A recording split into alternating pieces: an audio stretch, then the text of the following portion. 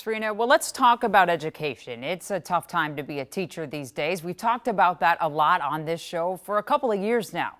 COVID, staffing shortages, school safety concerns, all of that adds up.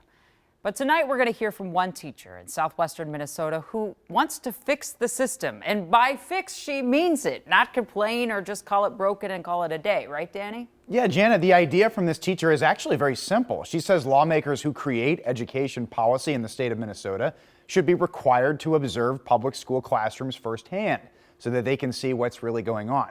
And at least one member of the state legislature is paying attention. I teach in Fulda, Minnesota. It's right by the Iowa border, about 3 hours away from the city. Megan Greep moved to southwestern Minnesota 3 years ago. Super small town, but amazing community. I love being there. Right in the middle of the pandemic. What has that experience been like?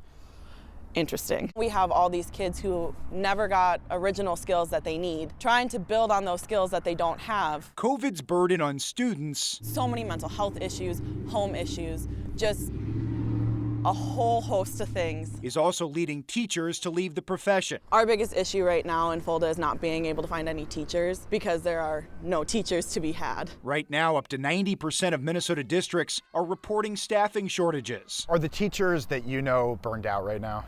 Yes.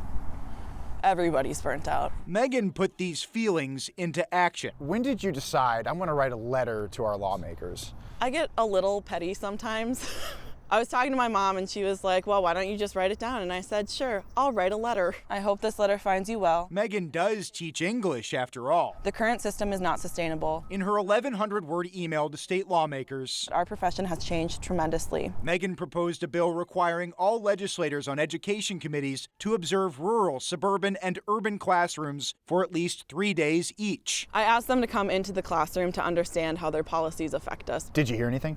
No, I got automated responses. After talking with Megan, we put her letter directly in the hands of DFL State Senator Steve Swedzinski. I think it's a great idea. I'd like to entertain it. He's the chair of the Education Policy Committee and taught high school himself for 33 years. I think sometimes we lose sight of what it's like to be a kid in a school in Minnesota today. Earlier this fall, Swedzinski and other lawmakers actually did tour about a dozen schools across Minnesota, ranging from Red Wing to St. Cloud to Duluth and beyond. Maybe we don't have to legislate doing this, but just you planting the seed into my colleagues' heads, maybe they'll pick up the phone and say, hey, can I visit a grade school next week? Megan wants the classroom requirement enshrined into state law. I think it would be the first step in changing the education system in America. It's imploding in on itself as we speak. What is it that's so rewarding about the job that you do?